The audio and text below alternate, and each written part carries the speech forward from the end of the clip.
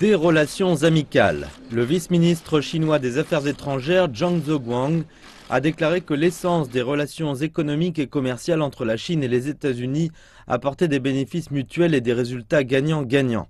Durant le 19e congrès national du PCC, il a été dit que la Chine allait approfondir sa réforme structurelle du côté de l'offre, poursuivre sa politique d'ouverture économique et mettre en œuvre une politique de haut niveau en matière de commerce et de facilitation des investissements.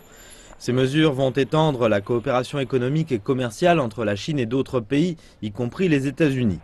M. Zhang a dit que la Chine devait utiliser une vision mondiale, globale et de développement pour analyser le déséquilibre de la balance commerciale entre la Chine et les États-Unis. Le potentiel entre les deux plus grandes économies est gigantesque. Certaines solutions pour réduire ce fossé consistent à augmenter les exportations des États-Unis vers la Chine et à procéder à des investissements des deux côtés. Une guerre commerciale ne mènerait qu'à des pertes pour les deux pays. Par ailleurs, la crise nucléaire dans la péninsule coréenne inquiète la Chine et les États-Unis. M. Zhang a déclaré que la Chine était attachée à la paix et à la stabilité dans la région et insisté sur le fait que la résolution des différends devait se faire par le dialogue et les négociations.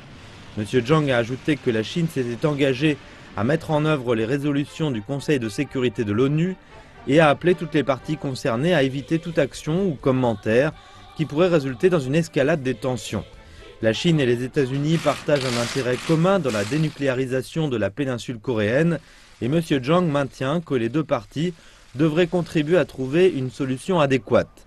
Le vice-ministre a salué les mécanismes de dialogue qui se sont installés entre la Chine et les États-Unis, disant que ces plateformes étaient importantes pour le renforcement des relations bilatérales dans des domaines comme la diplomatie, le commerce, la sécurité cybernétique et l'application de la loi. Il a ajouté que la Chine et les États-Unis avaient des intérêts en commun dans la promotion de la stabilité et de la prospérité dans le monde et que les deux pays devaient coopérer et gérer leurs différends de manière constructive, ainsi que contribuer au bien-être de leurs deux populations et de la communauté internationale.